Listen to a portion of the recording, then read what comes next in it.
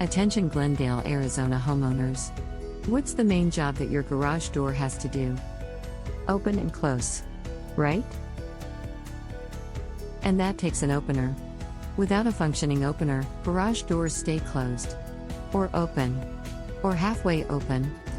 Sometimes it's obvious when an opener is damaged. But other times you may need to look out for signs that your garage door opener might be damaged. Some clues include a sudden spike in your energy bill, noises coming from your garage door, or trouble opening or closing your garage door. We repair and, if needed, install new garage door openers. Check out our website. We also have special offers available.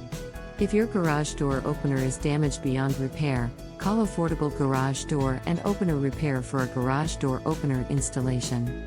We can install a brand new garage door opener, so you can open and close your garage door without disruption. Expert and honest garage door service makes a world of difference. Call Affordable Garage Door today at 602-672-1418.